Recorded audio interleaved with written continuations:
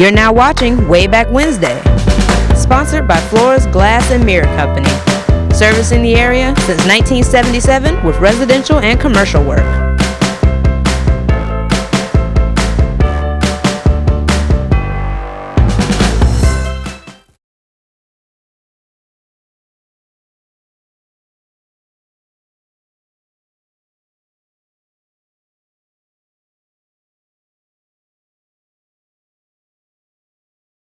Good evening, friends, and welcome to another episode of Wayback Wednesday. I'm your host, Randy Adcox. Glad you could join us tonight.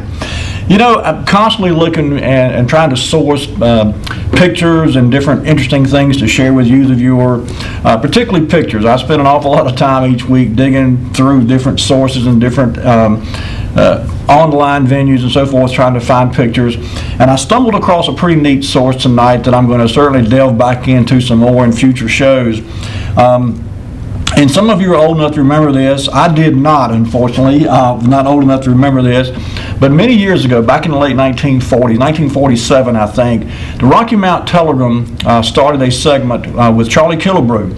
And it was called Lensscapes.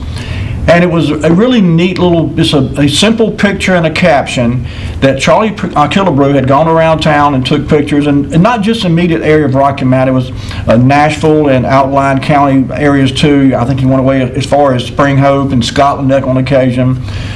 These are Telegram pictures, so again, the quality is not as great because they were reproduced. Some of these I think I may have seen before in the Charlie Killebrew collection. But the neat thing about these Lensscapes pictures is that there's a caption under each one, and it gives some historical context to the picture. And so while I was going through these online today, and I found this again at that newspapers.com website. You've heard me say it before, I love that site. I wish I'd had access to it from the very beginning of this show because there's just so much historical information there and so many pictures. Sometimes it can be difficult to find a particular picture for a particular building or a business, or if you're looking at something specific. So it was really a neat find to find this Lensscapes feature today in the Telegram because each one is a picture. As I was going through, some I chose not to include because the picture just wasn't very clear at all. Some I chose not to include tonight because they really didn't have a very good caption to go along with the picture. So bear with me. These, I think, is a couple of dozen of these, and we'll show some more in future shows. Before we get into it, I wanted to read this to you. This appeared in 1948 in the Rocky Mount Telegram, and it kind of gives a little background, if you will, about how this came to be. It's only a couple of paragraphs long, so I'll read it fairly quickly. It says, several months ago, the Even Telegram inaugurated a daily feature called Lensscapes. In that feature, it was our purpose to photograph from day-to-day people at work, distinctive places, unusual things, and such other pictures which might be brought to mind. With these photographs, appropriating reading matter also was appended. Judging from your popular response, we believe our daily Lensscape has been a success. Not only has it been well received by the public, but our friends in the newspaper world have also been attracted by it and have found frequent inquiries regarding its progress. The Telegram intends to continue Lensscapes each day except Saturday. Starting with today, we present a different sort of Lensscape, only it is called Churchscape. And each week we'll feature a different church. Like Lensscapes, Churchscapes will not follow any particular pattern. The feature will pick a different church each week and will seek to bring out something interesting about it. No, we shall not be following any particular pattern regarding what particular church will be run at any particular time. We hope to include all the churches in this section eventually, although we realize that it will require quite some time to fill this assignment. Featured this week is the Church of the Good Shepherd. So the landscape feature spawned another feature, and we may look at some of those pictures in a future show, but certainly tonight and perhaps even into the next couple of weeks we're going to be delving into these landscapes, because I was really fascinated by these pictures. There's a lot of historical data here. I learned a lot of things I didn't know. I'm sure you will too. So without further ado, oh, by the way, before I go any further, I just want to shout out to Bob Merritt. We showed a picture last week of an advertisement for a place called Peg's Bicycle Shop. And if you remember, I was joking and said I didn't know if it was Peg in reference to a peg-leg sailor or a woman's bicycle shop named Peggy. As it turns out, Bob Merritt knew of the shop, had been in it before, and he told me a quick story about apparently Peg's Bicycle Shop was very close to the corner there of Main Street and West Thomas Street, but there was a house on the corner of Main Street and Thomas that faced Main Street, big old two-story house. Bob said it would kind of lend you the mind of an old haunted house almost, but the people who lived there had I guess a pet monkey. And so Bob said he and his brother were walking by there one day, apparently on their way to Peg's Bicycle Shop right beside the house, and they were each eating an ice cream cone that they had gotten around the corner on Main Street, a little, I guess, a drugstore down the street there. Anyway, supposedly this monkey jumps out somewhere from the yard and grabs the ice cream cone out of Bob's brother's hands and runs off with it. And of course, the brother's left crying with no ice cream. Neat story there. So thank you, Bob, for sharing that with me. And if you know, I had planned to try to find a picture of that house between the time Bob called me and the night show. I just have not had a chance to do that. So if anyone remembers that house or anything about it, people who live there, or the monkey, give us a call, 407-1111, it's on the bottom of your screen there. Okay, so having gone through all that, this very first picture is a neat one to me. And Lee, if you'll go ahead and put this first picture up. This picture appeared in the 1948. It was actually, I had a date. I want to say March. Anyway, the picture was a look back at the 1914 Rocky Mount High School baseball team who won the state championship in 1914. And the caption, I'll read it to you here, it says, coached that year by R.M. Wilson, extreme left, now superintendent of Rocky Mount Schools, Raymond Jones of Richmond, Virginia, Charles C. Harris, and Hassel H. Weeks, both of Rocky Mount. I actually chopped off part of the caption when I saved this page tonight and printed it off from my own records. But, of course, R.M. Wilson, superintendent of schools, later had the old Rocky Mount High School renamed to R.M. Wilson School in his honor. And when I went there, it was, of course, middle school, junior high school, R.M. Wilson Junior High School. And so, but anyway, it's a neat picture from 1914. Now, again, this picture actually appeared in 1948 in the landscapes section there with Charlie Killebrew. And now Charlie didn't take this picture, obviously. So this was one, I guess, Charlie acquired from somewhere, because my understanding is that Charlie was kind of tasked with putting together this landscape feature each week. And most of the pictures we're going to look at were, in fact, taken by Charlie Killebrew. This one, however, being from 1914, Charlie wasn't around to take that picture then. But in any case, it's a neat picture from Rocky Mount High School in 1914. Okay. All right, let's go to the next picture then. This next picture was actually another one that I thought was quite fascinating.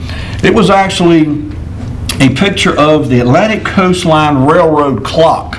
Now, some of you old railroad guys may remember seeing this clock, but I'll read the caption beneath it. As I said, each picture has a caption. There's a lot of historical data in these captions, and a lot of it was just news I had never heard before. But it says here, time is such an important element in the lives of railroad men that their watches are under constant scrutiny. Railroad timepieces must be split seconds correct, or somewhere along the line trouble will occur. Pictured above is an 8-foot clock that once served as the official timepiece for railroad men before the advent of the more accurate Westinghouse equipment. This clock, now located in the office of C.S. Taylor, Atlantic Coastline Superintendent of Motive Power, with offices in South Rocky Mount, gets a winding from the superintendent himself, who commented that it was a minute fast. Although retired now, the 75-year-old clock, which hasn't stopped for over a year, occupies a prominent space in the superintendent's office. Now, this picture appeared in the landscape section of the paper. in 1948. And again, it's a ACL railroad clock.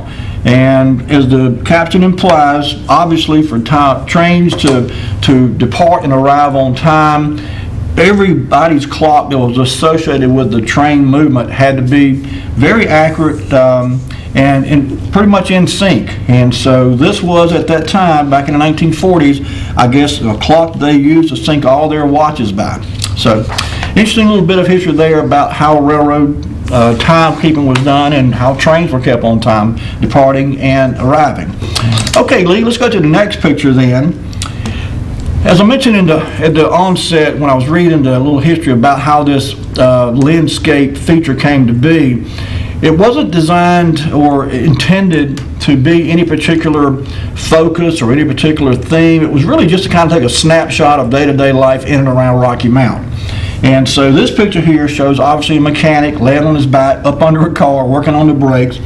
And some of you guys may know this gentleman. It says, Arthur Cockrell is down but not out. The proprietor of the garage at Howard Street and Western Avenue is shown in today's landscape flat on his back and digging into the brake drum on the customer's car and smiling while he does it. He's been working on automobiles and cars for 20 years. So this was from January of 1950, by the way. All of these did have a month and a date, in fact, an actual month, day, and year date, and I didn't, on all of them, notate the actual date, but I did try to get where I could think to do so. I put the month and year. So this was January of 1950. I can't say I remember this garage, but it was on the corner of Howard Street and Western Avenue. And so, anyway, again, January of 1950, and this was Mr. Arthur Cockrell working in his garage. Okay, Lee, let's go to the next one then. This is actually from 1940. Oh, we got a call. Let's get this caller first. Hello, caller, you on the air? All right. I never really knew that man right there, but Arthur Cockrell is the man who had that garage there on the corner, like you just said, next to the Evening Telegram's office there on Howard Street. Mm-hmm. And he was a brother to the man who was Mr. Cockrell, W.L. Cockrell, that had the garage over on Washington Street, who was the father of Jane Cockrell, who married Mayo Body. Okay. And Mr. Cockrell that you just showed the picture of at his location, he had a son named Buddy. I don't know what his real name was, but he was at Rocky Mountain High School some few years before I went there and finished in '62. Mm-hmm. And that covered garage that he had there on that corner, when the weather was bad, all the Telegram newspaper boys would get out there underneath his shelter on the Sunday morning when, the place was not open, to be able to handle their newspapers and get them ready to get off and head down the road with them. Ah, okay. So was it on the same side of Howard Street as a telegram office? Oh, yeah. It was right there, right straight out the back door from the Cress's Dime Store. Gotcha. Which is Virginia's dress shop now. Right. Okay. The building has been long gone. Mm-hmm. All right. All right, buddy. Thank you. Let's see it. Okay. All right. This next picture here, this is from November of 1948. And I'm going to read the caption for you. I realize you can't see the caption probably on your home TV screen there, but it says, Brownie Girl Scout Troop 19 made tray favors. I never heard the phrase tray favors, but I'm guessing they're like little umbrellas and turkeys and things that you decorate your dishware with. But it says they made tray favors for distribution on Thanksgiving Day, tomorrow, to the patients in Rocky Mount hospitals. The gifts, made from pine cones, look like turkeys. Today's landscape shows the presentation at the hospital, managed by Norman Bennett. Troop President Celia Ruth Brake did the honors, while the other brownies looked on. So these young ladies made turkeys out of pine cones. I think I remember doing that in elementary school too, first or second grade, somewhere along in there. Just before Thanksgiving, it seemed to be the thing to do. Grab a bunch of pine cones and turn them into turkeys, and then use them to decorate around the home or kitchen table or wherever you need a little decoration for Thanksgiving. But this was a project undertaken by the Brownie Girl Scout Troop 19, and this was in November of 1948. Okay, Lee, let's go to the next picture then.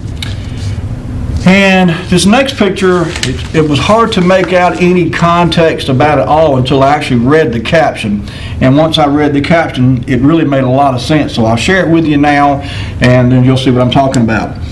If you remember from last week's show, we were talking about manufacturing in Rocky Mount, and we talked about some of the companies that were instrumental in doing manufacturing and producing products in this area that were then shipped all over the country and indeed all over the world.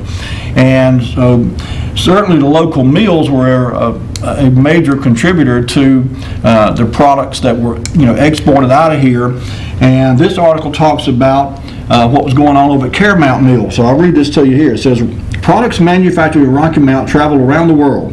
This landscape shows a pile of fabrics manufactured by the Caramount division of Sidney Blumenthal and Company Incorporated as they are loaded on ACL freight cars to begin their journey around the world. One to Bombay, India, and another to Lima, Peru. Many of these orders are taken directly to the steamship lines by truck. H.K. Landis is checking the boxes of goods being handled by Oliver Parker and Morris Williams. Parker and Williams are assigned to all export shipping to be sure that the products are packed and labeled according to very specific requirements. Sizable orders of cotton, rayon, and alpaca cloth are shipped weekly to South Africa, South America, Canada, Mexico, Cuba, Belgium, Switzerland, and Iceland for use in the cloaking and upholstery industry. So who knew Caramount Mills, and I remember when they were in operation, they actually produced material, cloth, and so forth, fabric that was literally shipped around the world. First loaded on trucks, then taken to railroad cars, then shipped out to coastal ports, then put on ships and sold all over the world. So, in this picture, by the way, was from April of 1948. It appeared in the Rocky Mount Telegram in the landscape feature. Okay. All right, Lee, let's go to the next one then. This was one that kind of warmed my heart here, made my stomach growl a bit too when I saw this picture. You may recognize these folks here, even if you can't read the caption, but I'll read it to you. Surely you'll know when you hear the names. And it starts off, says, coming right up. And another hungry customer gets service from the Carolina Cafe's family combination. Here, Thomas George, proprietor, takes the food from Mrs. George, who is dishing it out, and closely supervising the cooking too in the kitchen. So that's Miss Lucille George there on the left-hand side, and Thomas George on the right-hand side there. This, by the way, is from June of 1948. And anyone that ever ate at Carolina Cafe and tasted the cooking over there, that's just some of the best food you could ever get. Typical Southern cooking. Everything that was served in there was just fantastic. I heard recently that someone had gotten a recipe for Ms. George's peanut butter pie and was serving that. I've not had a chance to go by and get a piece of that yet, but if it's anywhere near as good as Ms. George made, it's got to be fantastic stuff. But anyway, June 1948, the Carolina Cafe and Miss George and Thomas George, proprietors. Okay, Lee, let's go to the next picture then. This one is also from 1948. This is from May of 1948. And this is another picture that at first glance didn't really jump out at me, but when I read the caption, I found it quite interesting. Perhaps you will too. It says, even after all the votes had been cast in the city election Monday, the poll holders and judges were just beginning their work because every vote had to be counted and accounted for in the final tally. It sounds like an easy and simple job to count the ballots, and actually it is, but the task must be carried out so that there is no possible chance for error, and so that there could be no possible vote stealing. I thought it was interesting in light of the last presidential election and all the controversy surrounding that. But anyway, to accomplish this, one of the election officials calls out the names of persons indicated on the ballot and passes the ballot to the other two persons who check behind him to see that no mistake has been made. As the choices shown on the ballots are called out, 4 or 5 other persons make the tallies on separate sheets of paper, and the final results of all must agree to the vote as the final ballot is called. This picture was snapped as ballots for the 5th ward were accounted, and J.E. Wilder became alderman for the ward. This was in May of 1948. Before we had city council members, we had city aldermen. And so in 1948, the process of electing, you can see in this picture, is 1, 2, 3, 4, 5, 6, 7, 8, 9, 10, 11, at least 11 people involved in validating and counting votes for Rocky Mount City Alderman. And at that time, in May of 1948, in Ward 5, Mr. J.E. Wilder was elected to that office. Okay, I'll tell you what, Lee, bring it back to me. This is a good time for us to take our first commercial break. Folks, if you need get a little snack or bathroom break or get up and stretch your legs, go ahead and do that. We'll be right back after the word from our sponsors here, so don't go anywhere. We'll be back in just a minute.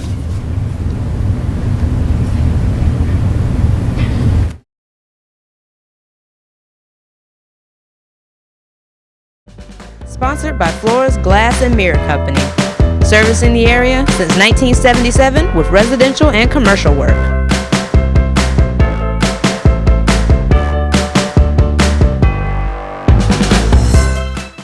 I'm Daniel Moss, owner of Cornerstone Funeral Home, and I'd like to invite you and your family to give our family an opportunity to serve you in your time of need.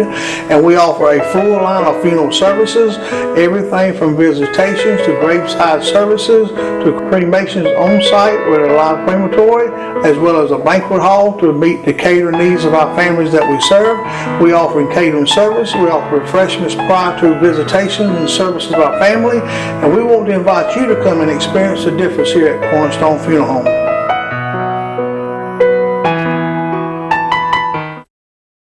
When faced with special care needs for elderly or disabled loved ones, families want compassionate, comforting care.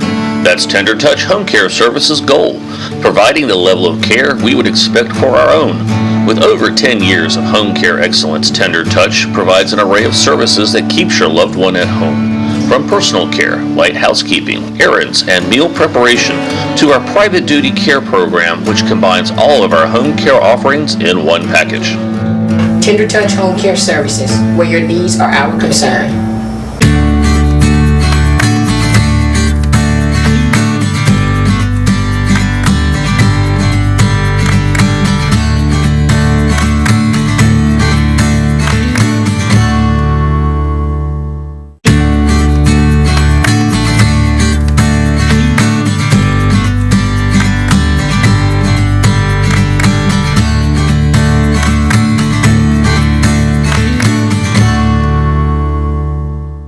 You're now watching Wayback Wednesday, sponsored by Flora's Glass and Mirror Company, servicing the area since 1977 with residential and commercial work. And we're back. Folks, if you're just tuning in, you're watching Wayback Wednesday. I'm Randy Adcox. We were talking before the break about a feature that was started in the Rocky Mountain Telegram back around 1947, and it was called Landscapes. And basically, Charlie Killebrew headed this up, and the whole concept was involving taking a picture. In some cases, there were pictures that Charlie had taken. Other times, there were other pictures used from earlier photographer or early portions of the paper. But there was always a caption under the picture that gave some historical context, and sometimes the caption was more interesting than the picture, admittedly. But I stumbled across this purely by accident earlier this afternoon when I was looking around trying to find a source for some new pictures to share with you tonight. And this thing ran for, a good 10 or 15 years. I saw one, I think I've got one here in my stack tonight, in fact, from 1964. So from roughly 1947 to up to at least early 1960s, this landscape feature was a part of the Rocky Mountain Telegram. And so you can imagine how many pictures there must be in this collection of pictures. As I said earlier, most of them, I think, were taken by Charlie Killebrew, but not all of them were. And the neat thing is that every picture has a caption with some really neat historical context to it. So without any further ado, let's jump back into our pictures. Picture number 8 actually comes from June of 1947, and it shows a gentleman, there you go, June of 1947. And this is featured in the Telegram landscape today is Earl Whitehurst, station manager of the local office of Capital Airlines, who is shown here as he gives landing instructions to an approaching DC-3. Formerly from Tarboro, Earl went to work for Capital in October of 1945 after having been schooled in the procedure of airlines operations in Chattanooga, Tennessee. This was easy enough for Whitehurst because he served more than 4 years in the Army Air Force, 18 months of which was spent overseas with the famed 373rd Fighter Group as an operations clerk. It was while Whitehurst was in this group that he was caught in the infamous Belgium Bulge of the late 1944, aka the Battle of the Bulge. Married, Whitehurst lived with his wife at 309 Madison Street.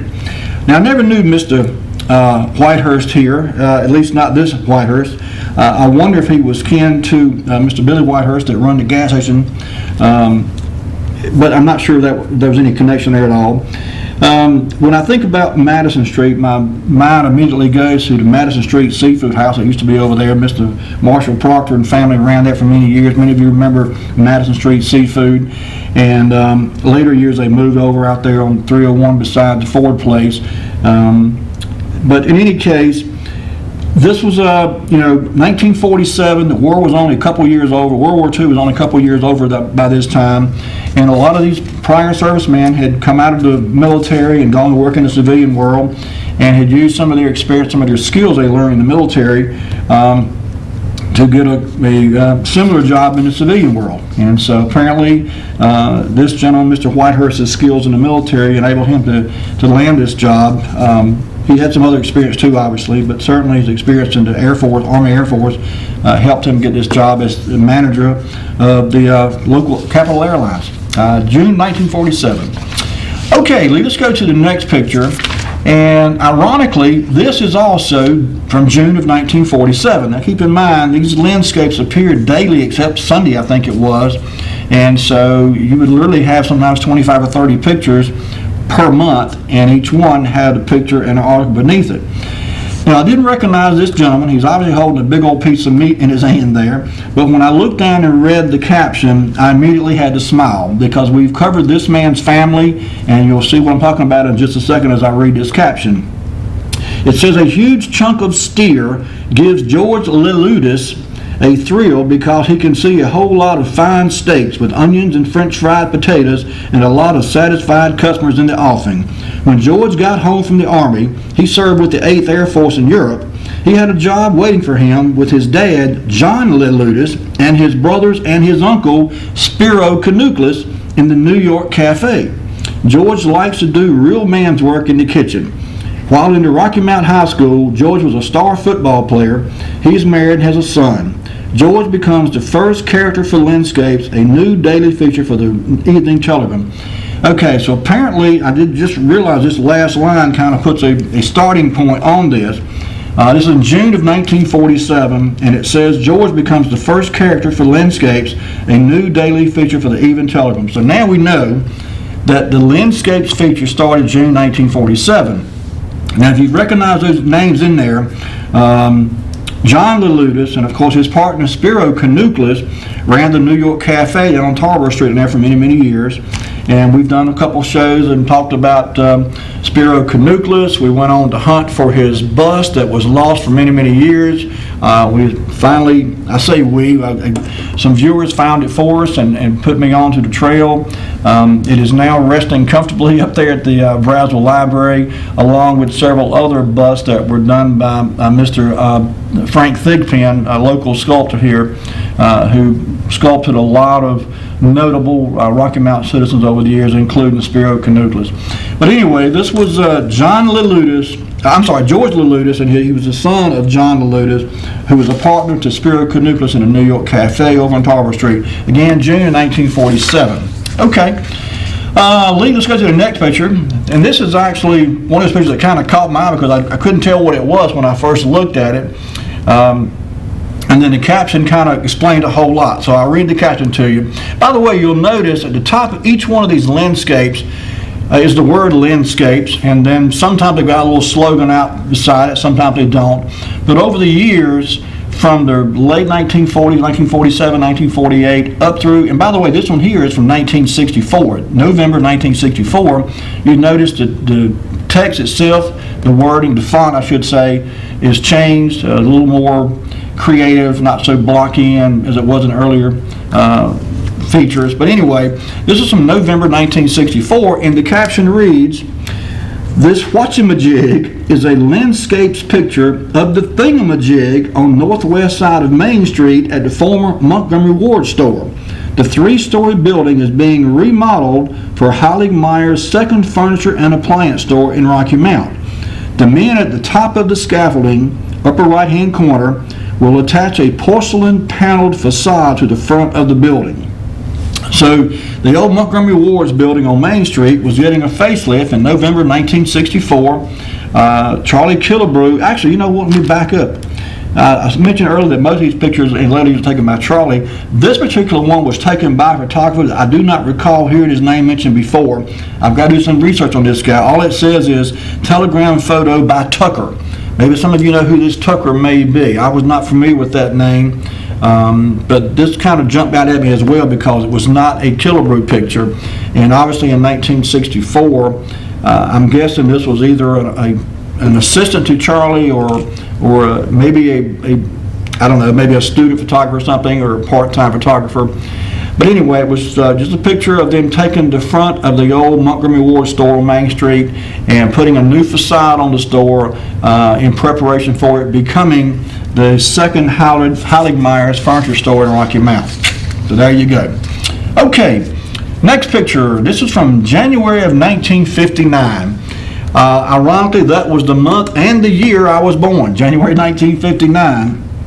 And the caption says, "There's no particular occasion for this landscape, just two happy kids with a non-committal dog. The children are Marietta and Chip Broadfield. They belong to Mr. and Mrs. L.P. Broadfield of 233 South Tillery Street. Chip's name is actually L.P. Broadfield Jr., and he's the son of the manager of the Rocky Mount Airport. He and his small sister met Hypo, a Belgian Shepherd, the other day and found they liked him. Hypo belongs to Charlie Killebrew." Who knew Charlie Killebrew had a dog? But he did, and his dog name was Hypo, H-Y-P-O, and these two young kids, I guess, met Charlie and his dog, and immediately it looks like it was love at first sight for both kids and the dog. 1959, January 1959. Okay, let's go ahead and look at the next picture then. I've seen this picture 100 times over the years, been by this place 1,000 times, I'm sure. Many of you recognize it's the water tower over Marigold Street. We've done a show, I don't know, several months ago about some of the water towers around Rocky Mount, and we certainly talked about this one as well. But this caption here just give a little more insight. It said, built in 1934 to 1935, the city's water storage tank furnishes water for most of the town and holds, when full, 1 million gallons of water for the residents of Rocky Mount. The tank is located on Marigold and Edgecombe Streets and is shown above, photographed on a special infrared film to make it stand out against the blue sky and white clouds. I bet this would have been a gorgeous picture in color. Kind of plain Jane, not too impressive in black and white. And typical newspaper quality pictures, once they're printed in the paper, they do tend to be a little grainy, a little fuzzy, not real great quality photographs. But this was in July of 1948, and so even though the photographer is not acknowledged here, I feel pretty safe in saying Charlie Killebrew probably took this picture. This little feature seemed to be his baby for the most part from the time it launched up through, like I said, early 1960s. Okay, picture number 13 is from March of 1948, and some of you may recognize this location here.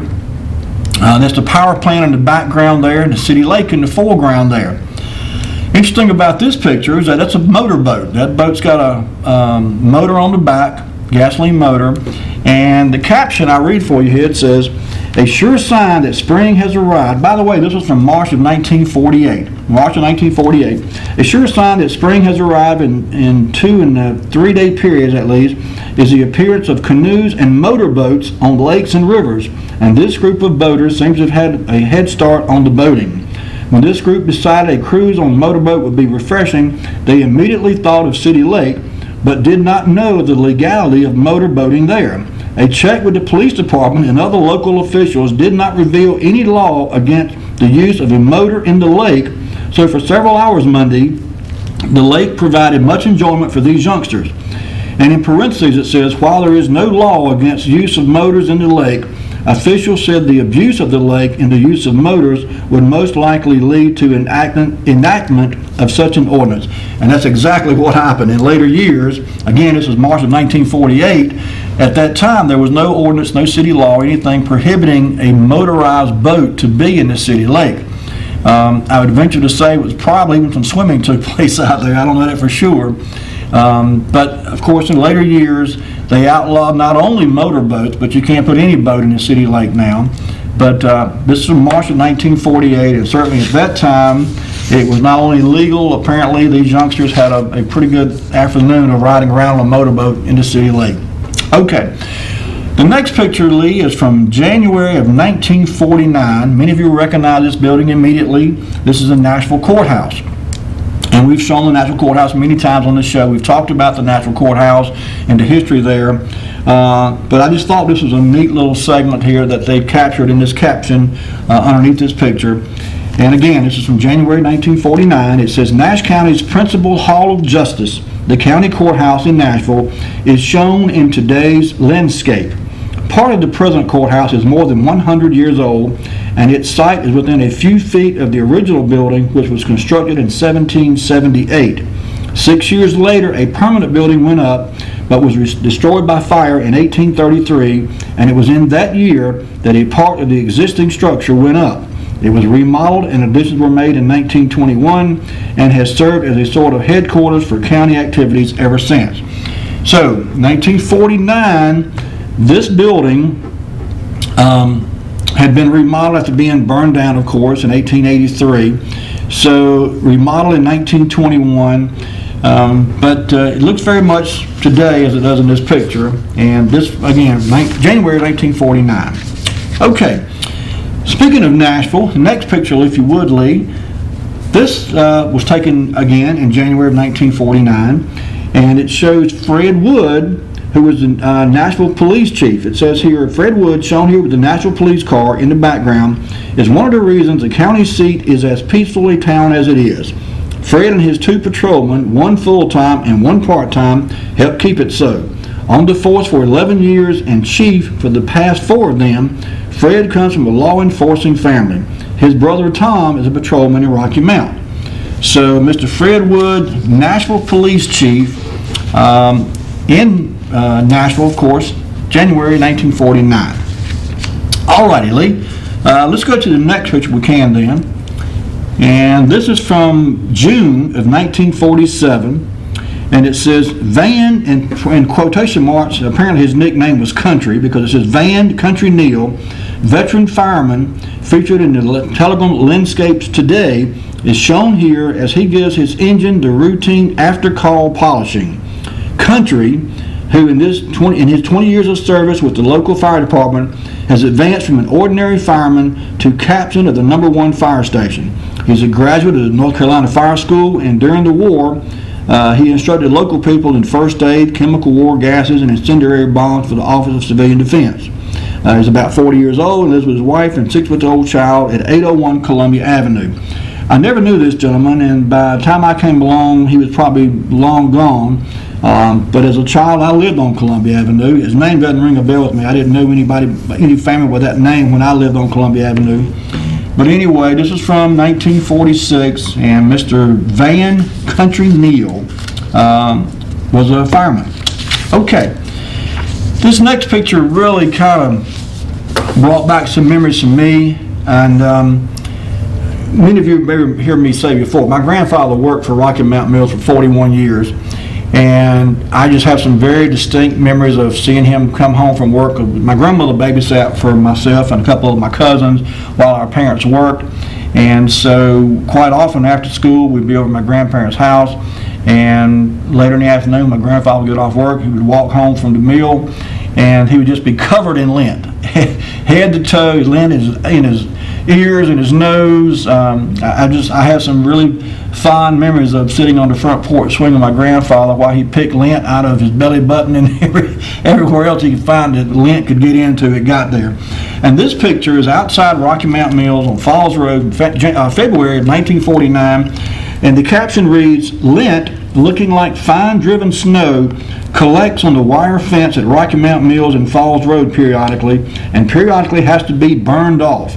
It comes from the cotton being processed at the mill. This landscape today shows the burning off process in full swing." So I can't say I remember seeing this happen. They must have stopped doing it at some point. The fence is no longer there, obviously, but apparently at some time there'd be so much lint that collected on this fence here outside the mill, that they would literally have to burn it off to get rid of it. That sounds kind of drastic to me. I would have thought there'd been easier ways to get lint off a chain link fence, but apparently they found burning it was the easiest way to do it. So anyway, I'll tell you what, I looked at the clock here, almost time for our next commercial. Lee, bring it back to me if you would. Folks, when we come back, we've got a few more of these landscape pictures we're going to share with you. We've got some other advertisements I found just kind of bouncing around on the Telegram website today too. So don't go anywhere. We'll be right back with more Wayback Wednesday.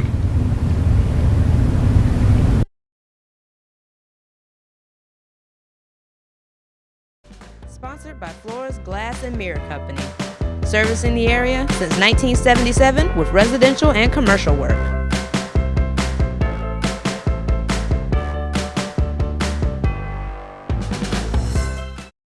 I'm Daniel Moss, owner of Cornerstone Funeral Home, and I'd like to invite you and your family to give our family an opportunity to serve you in your time of need. And we offer a full line of funeral services, everything from visitations to graveside services to cremations on site with a live crematory, as well as a banquet hall to meet the catering needs of our families that we serve. We offer catering service, we offer refreshments prior to visitations and services of our family, and we want to invite you to come and experience the difference here at Cornerstone Funeral Home.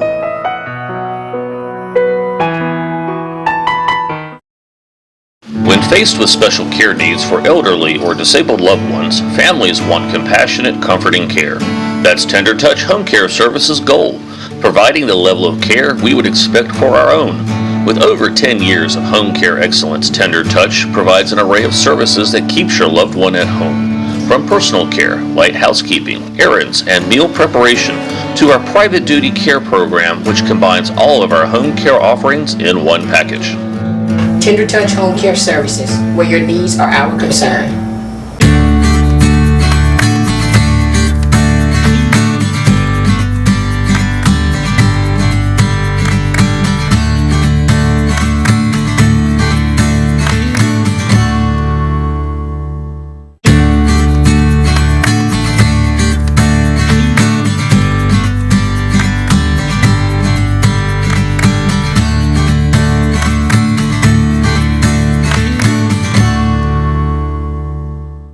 You're now watching Wayback Wednesday, sponsored by Flora's Glass and Mirror Company.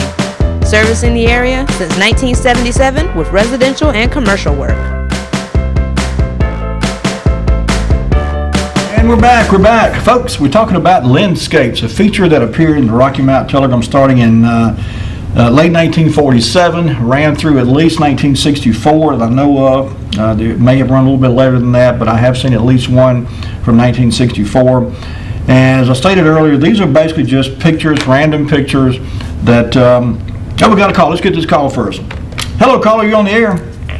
All right, before you get away from all these pictures you're talking about that was in the telegram from a long time ago, the picture you showed of the water tank that was over there on Marigold Street, across Marigold from the main Rocky Mountain Post Office now. Yes, sir. And when that thing had gotten built, it had been in use for about 20 years. And as the town grew, I guess, and they built some more around town, they actually brought an engineering firm into Rocky Mount and took the water out of that water tank and jacked it up 25 feet higher than it was when it was initially built. Okay. It's there's articles in the newspaper describing that event. Was that so we could hold more water, or just to? No. It didn't. It just to get more elevation and more height on it. Okay. They just raised it 25 feet, and if you go by there and look at it right now, the bottom 25 feet of the legs that represent the perimeter legs that go around the outside of it, the way they're fabricated and put together and were stuck in there, they have a different look about them far as their fabrication as to what the other part of the legs were as they were put there initially that went up to the bottom of the tank. I wonder if there's any water in that tank now. Anybody, have you ever heard? I'm sure it is. I mean, I would think so. I just... Yeah, those things, the water's up in there to provide water pressure. Right. And I ain't never heard nothing about them taking the water out of it and it not being in use. I mean, they paint on it and... Yeah, they do keep it up. You're right. Suitable circumstance. I feel like it's still a functionable piece of equipment. I have a viewer in mind that I think can probably verify that for us. Bob Lee, if you're watching, this sounds like something down your alley. So all right. We'll see if we can find that for sure. Thank you, buddy. Well, it was in the paper. There was photographs and a nice engineering documentary about that when that event happened. I think I remember hearing about that. I do. All right. Okay, buddy. Appreciate it. Have a good night. Okay. Yeah, there was several of those towers around town, as the caller indicated there, and I wonder if they're all still in use in some degree. It would make sense that they would be. I know several years ago when Rocky Mountain had a drought. Oh, we've got a call. Let's get this caller. Hello, caller. You're on the air.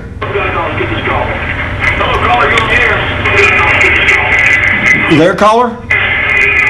Hey, Turn your TV down. hold on. Yeah, turn your TV down.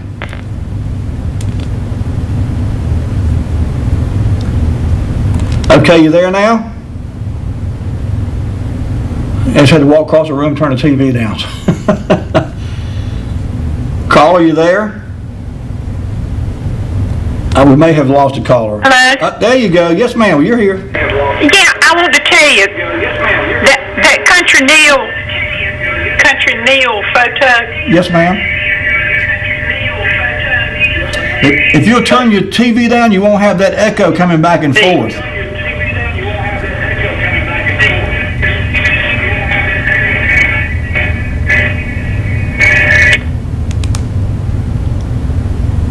Are you there? Uh-oh.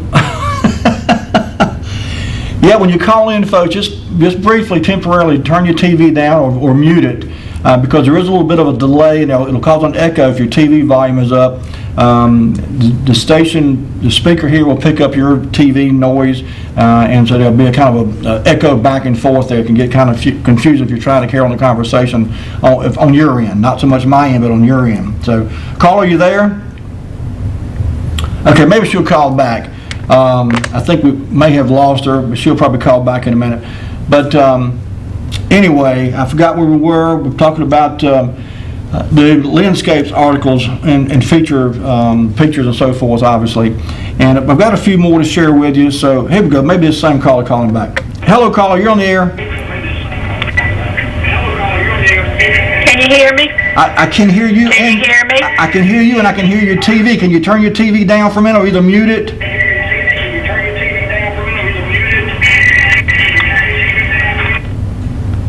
Are you there?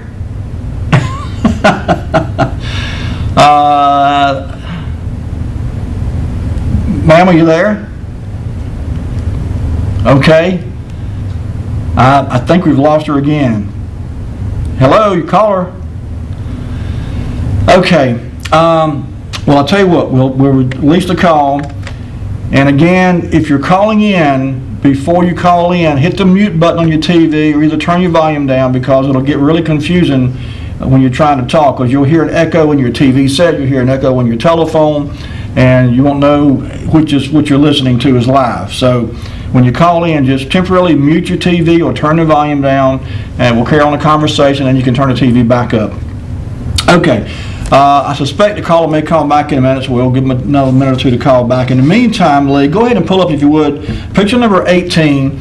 And this is from May of 1948. And this is something that I can't say I remember at all. Neat picture, again, from Rocky Mountain Mills. You see the chain link fence there.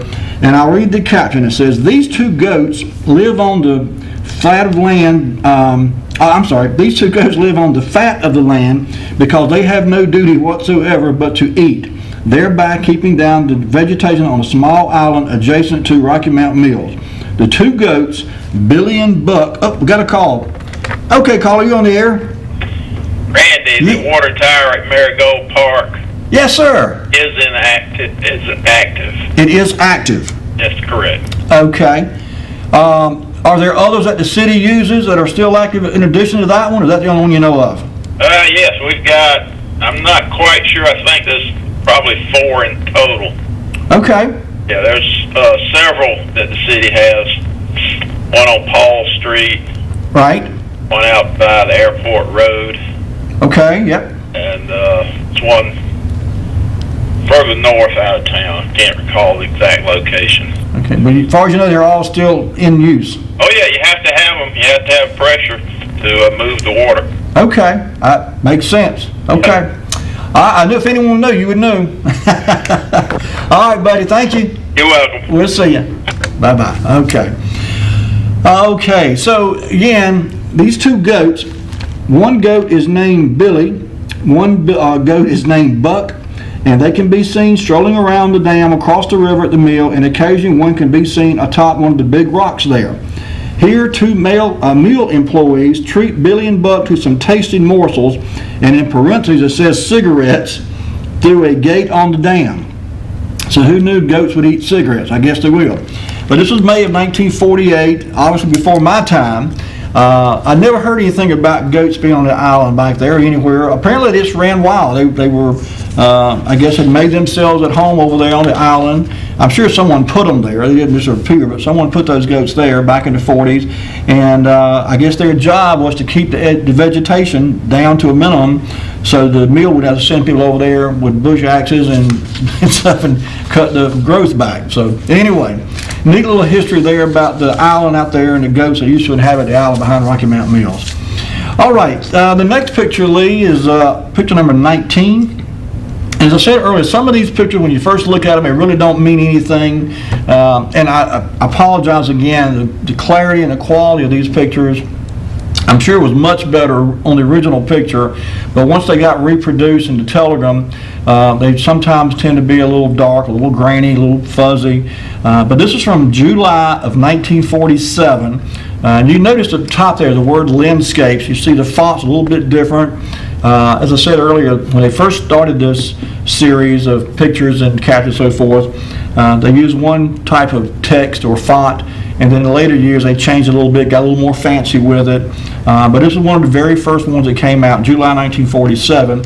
And the caption reads, "The volume of mail which passes through Rocky Mount Post Office today is a far cry from the days about the turn of the century when Postmaster George Robbins put all of the mail in his hat, made his delivery on foot, and then closed his office for the remainder of the day.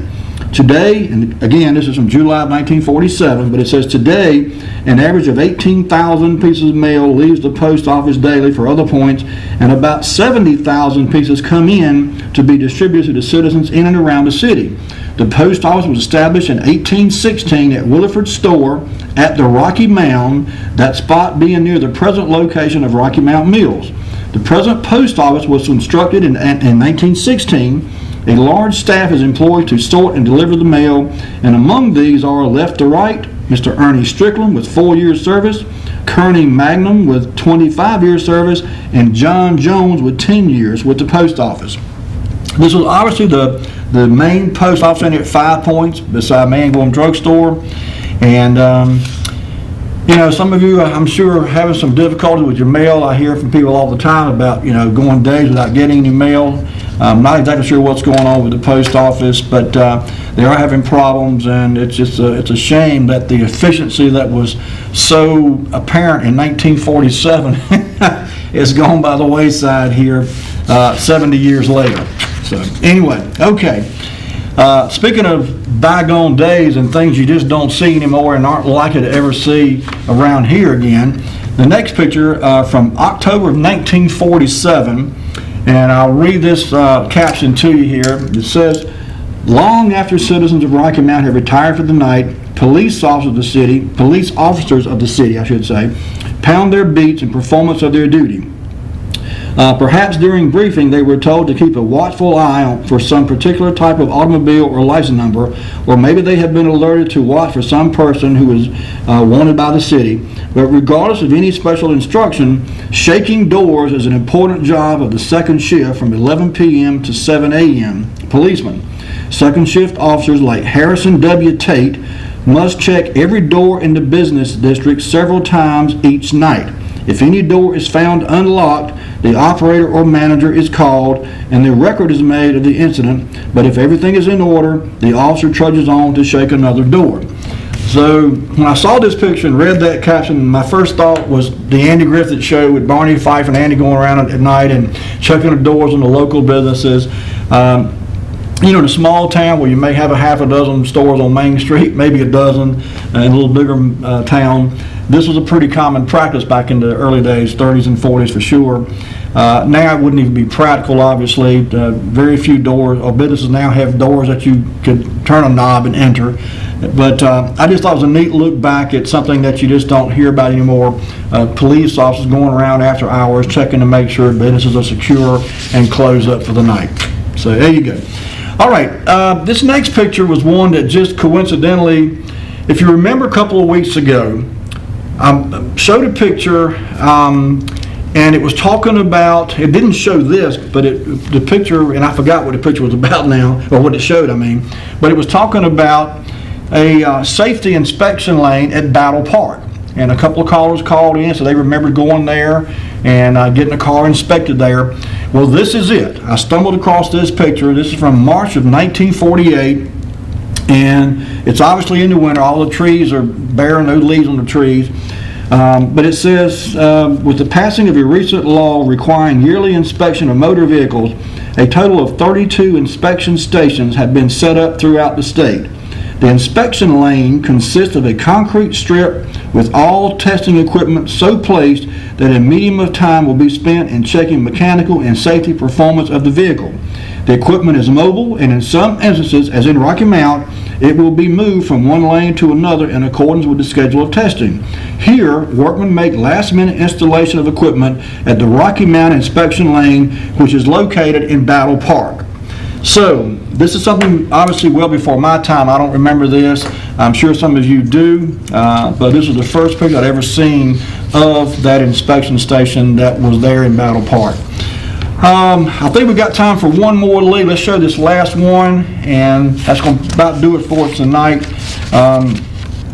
This is from actually 1947 also, and it says, before tobacco can be made into cigars, cigarettes, and snuff, it must undergo many processes in order for the leaf to be just right for the product into which it will be converted.